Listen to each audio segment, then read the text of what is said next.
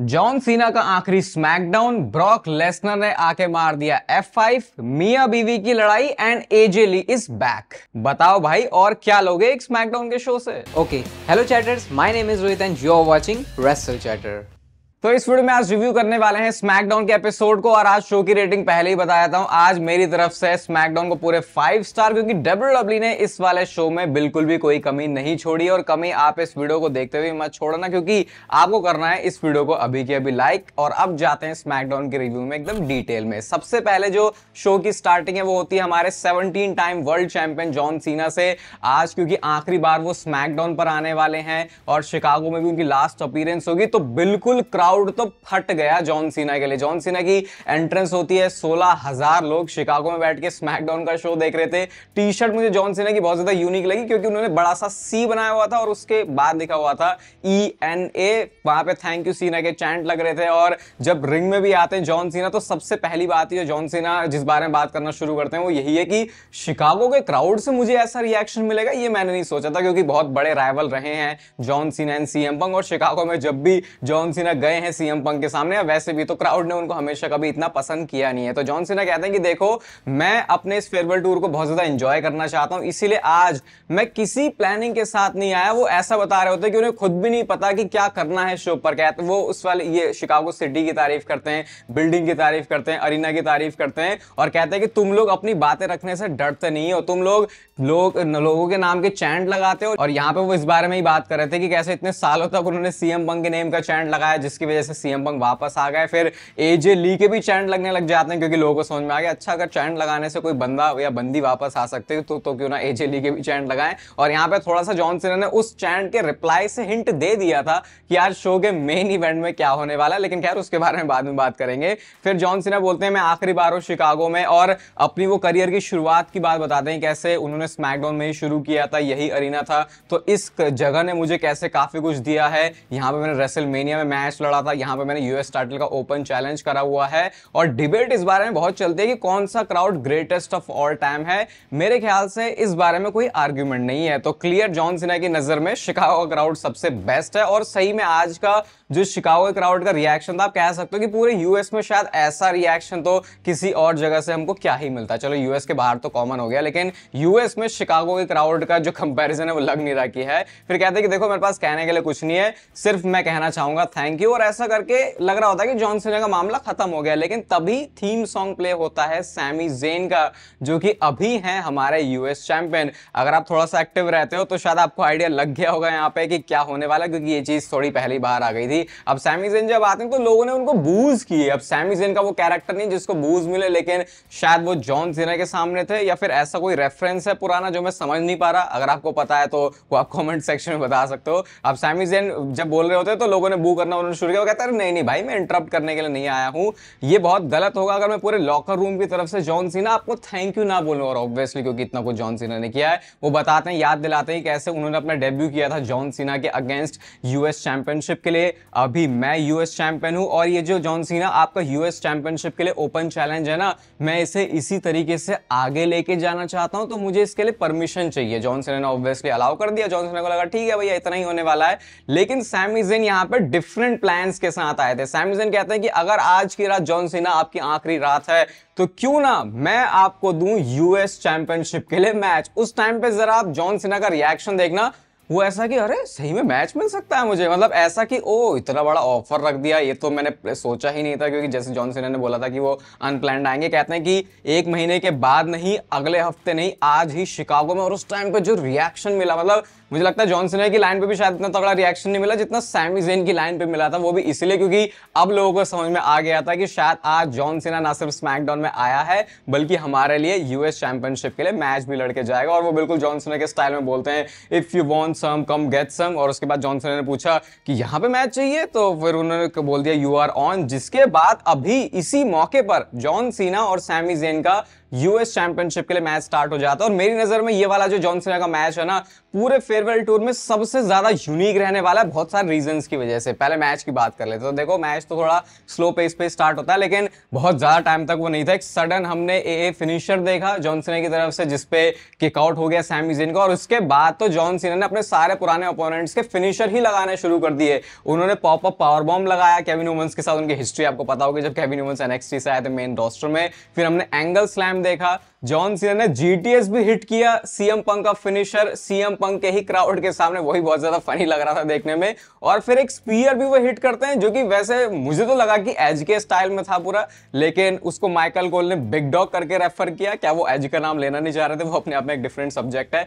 Sami Zayn ने भी हेलुआ kick hit करी, तो उसके बाद जो है किक आउट कर दिया, लेकिन बाद में जाके। और आरकेओ के भी चैंट लग रहे थे अब, क्योंकि मुझे ऐसा लगता है कि जॉन सीना आरकेओ प्लान करके नहीं आए थे, और आरकेओ ऐसा नहीं है कि आप ऐसे जाके हिट कर दोगे भाई, उसके लिए अच्छी प्रैक्टिस चाहिए होती है। तो बस उन्होंने मेजर किया, लेकिन ऑब्वियसली सैमी ज़ेन ने वो जो आरके वो लगने नहीं दिया। उसके बाद वो जाते हैं एवलांच एए के लिए, और जैसे मैं कह रहा हूं ना, और उन्होंने हिट भी कर दिया वो। जैसे मैं कह रहा हूं कि ये मैच बहुत यूनिक है, एक तो अनएक्सपेक्टेड हो गया, ऊपर से मैच को उन्होंने ऐसा भी रखा कि लिटरली एक मैच देंगे। ये मैच मूवमेंट देने के हिसाब से ही था कि चलो जॉन सीना का फेयरवेल टूर चल रहा है, तो उनके जितने जितने ओपोनेंट्स हैं, उनके फिनिशर जिस तरीके से उन्होंने यूज किए, वो पहले भी कर चुके हैं, लेकिन यहाँ पे जो प्रेजेंटेशन थी वो बहुत अलग थी। अब क्योंकि डबल ए फिनिशर वो लगा चुके हैं, एवलांच ए उन्होंने हिट कर दिया है, दोनों ही सुपरस्टार रिंग में गिरे हुए हैं, और तभी थीम सॉन्ग प्ले होता है the beast incarnate Brock Lesnar का। जैसे मैंने आपको कल बोला था कि शिकागो के लिए शेड्यूल्ड हैं ब्रॉक लेसनर, ये एक तरीके से सरप्राइज अपीयरेंस ही है ब्रॉक लेसनर की, क्योंकि डब्ल्यूडब्ल्यूई वाले शो के लिए ब्रॉक लेसनर को एडवर्टाइज नहीं किया था। बहुत तगड़ी वाली पॉप मिलती है जैसे ही ब्रॉक लेसनर का म्यूजिक हिट हुआ, तो ये एक सरप्राइज एलिमेंट तो डेफिनेटली था। इस बार ब्रॉक लेसनर के चेहरे पे हल्की सी स्माइल है कि देख भाई, अब मैं क्या रगड़ने वाला हूं तुमको आके, क्योंकि जब वो समर स्लैम में आया था तो काफी उनका फ्लैट रिएक्शन था, बहुत न्यूट्रल से नजर आ रहे थे ब्रॉक लेसनर। सबसे पहले तो आके उन्होंने रेफरी को पकड़ के घसीटा, और थोड़ी थोड़ी मुझे ये एक्सट्रीम रूल्स वाला ही मैच है ना ब्रॉक लेसनर का, जहां पे उन्होंने रेफरी को उठा के ऐसे अंदर फेंक दिया था, थोड़ी थोड़ी उसकी याद आई। इसके बाद सबसे पहले उन्होंने टारगेट बनाया सैमी ज़ेन को। मुझे वो कैनेडियन अल्फा मेल वाला सेगमेंट भी इनका याद आ गया इस पॉइंट पे, जब वो उस समय ब्रॉक लेसनर फेस था और ये सैमी ज़ेन के साथ सेगमेंट कर रहे थे। सबसे पहले उन्होंने सैमी ज़ेन को F5 किया, लेकिन मेन टारगेट यहाँ पे उनका जॉन सीना ही थे। जॉन सीना के वो पास जाते हैं, उनको फिर से पकड़ा, और उनको फिर से उन्होंने F5 हिट किया, जैसे समर स्लैम में किया था। इस समय यहाँ पे क्राउड जो है वो बू कर रहा होता है ब्रॉक लेसनर को। ब्रॉक लेसनर ने जो है हार्ड कैम की तरफ भी देखा, एक बार फिर से वो स्माइल करते हैं, लेकिन अभी कहानी यहाँ पे खत्म नहीं हुई थी। और एक बात आपको और बता देता हूं कि आज हमने ड्रॉप किया है स्पेशल ब्रॉक लेसनर, वो जो सीरीज चल रही है हमारी मिस्टर समर स्लैम में ब्रॉक लेसनर। पहला एपिसोड उसका ऑलरेडी आ चुका था, अभी दूसरा है जहां पे 2003 में समर स्लैम में मैच था उनका कर्ट एंगल, उस समय की क्या स्टोरी थी पूरी विंस वाली, कैसे ब्रॉक का हील टर्न हुआ था, तो वो वाला जो एपिसोड है नंबर 2 वो आ चुका है मेंबरशिप कंटेंट पे। तो आपके लिए वो मैंने आपको रिमाइंडर दे दिया। अगर आप ऐसे कंटेंट में इंटरेस्टेड हो तो डेफिनेटली मेंबरशिप ज्वाइन करके कंसिडर कर सकते हो अगर इंटरेस्टेड हो। बाकी हम इस पूरे मेंबरशिप कंटेंट में थोड़ा पुराने टाइम में जाते हैं, तो वो अपने आप में एक अलग मजा है। अब यहाँ पे क्या सीन चल रहा होता है, ब्रॉक लेसनर ने एक बार F5 हिट कर दिया, लेकिन एक बार तो वो समर स्लैम में भी कर चुके थे। बंदे को था कि भाई मुझे और चुल है एक और F5 हिट करने की, वो दोबारा से उनको F5 हिट करते हैं।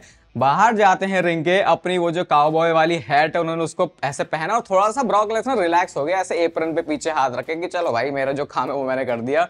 ब्रॉक लेसनर जाते हैं बैक स्टेज, और गोरिल्ला पोजीशन से एक छोटा सा प्रोमो भी नहीं बोलेंगे इसको, तो लाइन बोलेंगे, कहते हैं hey John I will see you at Wrestlepalooza bitch, ऐसे करके उन्होंने बोला। और बहुत ही कैजुअल था भाई ब्रॉक लेसनर, उसको फर्क भी नहीं पड़ रहा कि उसकी डिलीवरी कैसी है, कैसा बोलना है। भाई जब बंदे के एक्शन ही उसके शब्दों से ज्यादा लाउड हो, तो फिर आपको ज्यादा कंसिडर करने की जरूरत नहीं होती है। ग्राफिक भी आ चुका है हमारे सामने, और इतने टाइम से जो रूमर था रेसलपलूजा के लिए मैच, उसको भी डब्ल्यूडब्ल्यूई ने ऑफिशियल कर दिया है। और ये जो पूरा सेगमेंट है ना, शुरुआत का ऑलमोस्ट मुझे लग रहा है 1 घंटे के आसपास इसने लिया था, जहां से जॉन सीना का प्रोमो शुरू हुआ और जहां से ब्रॉक लेसनर ने लास्ट में जाके बोला कि I will see you at Wrestlepalooza, पूरा 1 घंटे के आसपास था। तो डब्ल्यूडब्ल्यूई को एग्जैक्टली पता था कि कैसे शो की ओपनिंग बुक करनी है। इसके बाद शो पर नेक्स्ट मैच आता है Damian Priest and Alistair Black के बीच में। पहले ही डेमियन प्रीस्ट की एंट्री पे एलिस्टर ब्लैक ने अटैक कर दिया, ग्रज मैच की तरह ये है, लेकिन क्या इसको अब रबर की तरह स्ट्रेच कर रहे हैं वो मुझे समझ में नहीं आ रहा। एक वो रेजर्स एज जो डेमियन प्रीस्ट ने बाहर मारा था अनाउंसर डेस्क के ऊपर, वो काफी कूल लग रहा था देखने में। साउथ ऑफ हेवन के लिए वो जाते हैं, रेफरी की धक्का मुक्की बीच में हो गई, जिसका फायदा उठा उठा के ब्लैक मास उन्होंने फिनिशर हिट कर दिया है और ये मैच जीत गए। मुझे लग रहा है डब्ल्यूडब्ल्यू कोशिश तो कर रही है इनके बीच में अच्छी फ्यूड दिखाने की और लग भी रहा है कि सही है, लेकिन शायद फैंस अभी इसमें इतना इंटरेस्ट ले नहीं रहे। बाकी आपका इसके बारे में क्या ओपिनियन है डेफिनेटली आप कमेंट सेक्शन में बता सकते हो। इसके बाद बैक स्टेज से सेगमेंट आता है और भाई क्या स्मार्ट बंदा है यार ट्रिपल एच।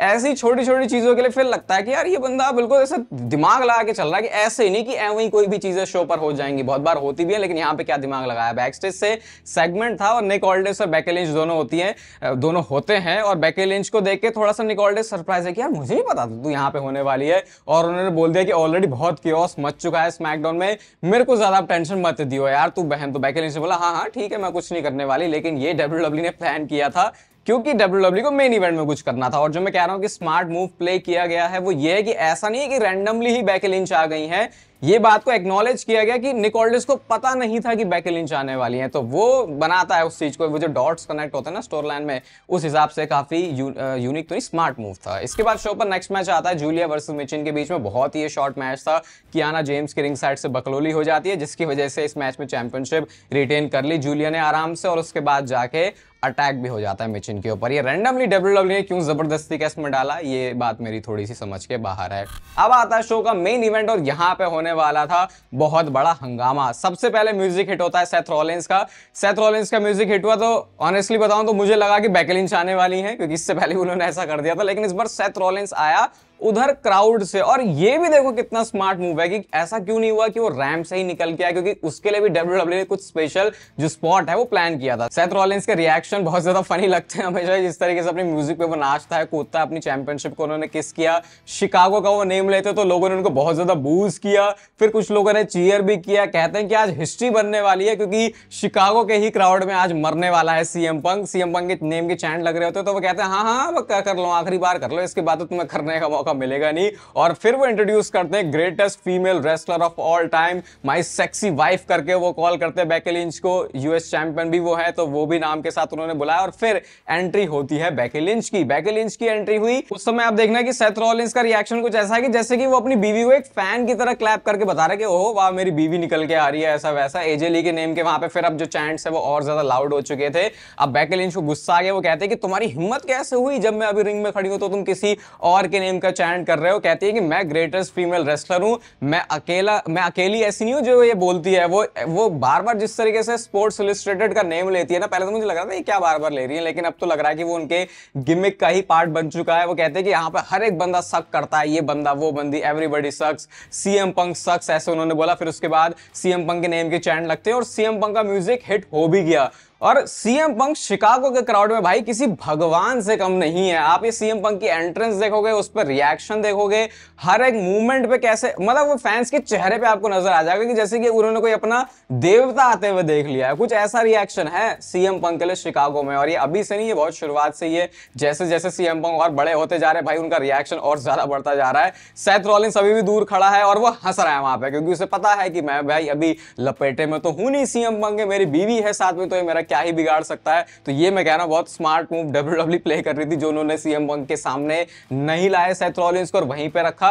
और फिर यहाँ पे सीएम पंक यही बोलते हैं तेरा पति कैसा डरपोक है क्या। बेकी लिंच पूछते अच्छा एम्बैरेस हो गया ना तू, जो मैंने तेरे को थप्पड़ मारे थे, अच्छा तेरा फेस कैसा फील कर रहा है। तो यहाँ पे यही बात बोल रहे होते बार बार सीएम पंक की, कैसे अभी भी देख सेथ रॉलिंस कैसे छुपा हुआ बैठा है, ये कितना डरता है। उस टाइम पे फिर से एजे ली के चैंट लगते हैं तो उन्होंने शट अप बोला कि भाई तुम्हें ये चैंट करने की जरूरत नहीं है। लेकिन फिर सीएम पंक ने पहली बार अपने मुंह से एजे ली का नाम लिया। कहते हैं कि नहीं नहीं ये लोग तो चैंट करेंगे, इन्हें चैंट करने दो, और इतना बॉदर कर क्यों रहा तुझे चैंट, अगर ऐसा ही था तो इस फटेले में तू पड़े ही क्यों। अब सीएम पंक बता रहे हैं कि मेरे आज पूरे लोग हैं यहाँ पे, मैं चाहूं तो यहाँ पे अपनी किसी सिस्टर को उठा के लेके आ सकता हूं, मैं बेली को बुला सकता हूं, मैं एरेडिकेटर रिया रिप्ली को बुला सकता हूं। तो ऐसा करके वो थोड़ा सा हमारे दिमाग में डाल रहे थे कि नहीं नहीं क्या किसी और डायरेक्शन में तो नहीं जा रहा, लेकिन जाना इसको उसी डायरेक्शन में था जहां पे हम सारे लोग एक्सपेक्ट कर रहे थे। अब बेकी लिंच में फिर से वही चीज करी जो कि उन्होंने करी थी स्मैकडाउन में, वो मंडे नाइट रॉ में। आज उन्होंने फिर से थप्पड़ बजाया, कहते बता क्या कर लेगा, तो धक्का मुक्की सब वो कुछ करने लग गई। अब सीएम पंक वही है कि फ्रस्ट्रेटेड है, गुस्से में भी है, मार भी नहीं सकता।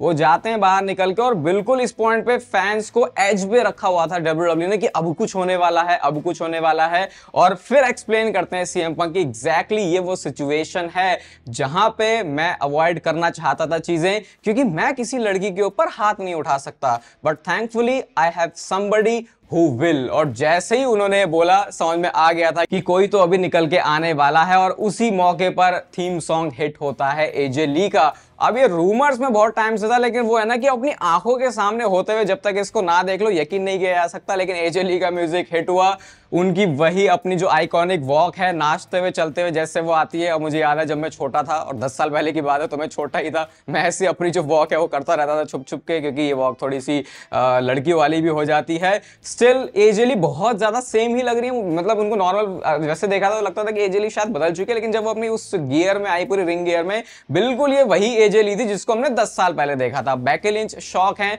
सेथ रॉलिंस का रिएक्शन अच्छा ये क्या हो गया, मतलब बहुत ज्यादा शॉक भी नहीं है, लेकिन देख रहे हैं कि ये क्या हो गया। और सीएम पंक तो भाई एक प्राउड हस्बैंड वहां पे दिख रहा था, वो आप उनके चेहरे पर ही देख सकते थे। पूरा एक रिंग का चक्कर एजे ली ने मारा। बेकी लिंच डर रही है कि यार पीछे चल रही है कि यार नहीं यार गड़बड़ हो गई मेरे से, होली शिट के भी वहां पे चैंट लगते हैं। और उसके बाद वही अपना जो टेक डाउन है एजे ली ने, एजे स्टाइल्स निकल रहा भाई, टाइम लग जाएगा अब इसको बोलने में, एजे ली ने किया, वो टेक डाउन करती हैं बेकी लिंच को, और उसके बाद उन्होंने भयंकर तरीके से मारना शुरू किया। दोबारा टेक डाउन करती हैं, और जो थप्पड़ इतने सारे उन्होंने मारे थे ना, सिर्फ एक ही थप्पड़ से एजे ली ने जवाब दिया, बिल्कुल ऐसे खींच के उन्होंने बेकी लिंच को मारा। बेकी लिंच उसके बाद गिरती गिरती चली जाती है सीएम पंक के पैरों में। अब तक सेथ रॉलिंस भी उधर बैरिकेड से आ चुके हैं कि भैया मैं अपनी बीवी को पकड़ लूंगा, बचा लूंगा। इसके बाद सीएम पंक एंड एजे ली दोनों के दोनों सुपरस्टार से रिंग में हैं, इन्होंने हक किया, और उधर फटी पड़ी है सेथ रॉलिंस और बेकी लिंच की, रिटर्न हो गया है। अब मियां बीवी वर्सेस मियां बीवी आने वाले टाइम में होने वाला है, और क्या परफेक्ट तरीके से डब्ल्यूडब्ल्यूई ने एजे ली के रिटर्न को एग्जीक्यूट किया है। इस समय स्क्रीन पर अभी आपको ब्रॉक लेसनर के समर स्लैम के दूसरे मैच की वीडियो दिख रही होगी, क्लिक करके आप लोग उसे जाके देख सकते हो। आपको स्मैकडाउन कैसा लगा कमेंट सेक्शन में बताना। ये वीडियो अच्छी लगी तो इसे लाइक कर दो, बाकी चैनल को सब्सक्राइब कर दो ऐसे और मस्त डब्ल्यूडब्ल्यूई से रिलेटेड कंटेंट के लिए। और तब तक फिर लेते रहो जिंदगी के मजे।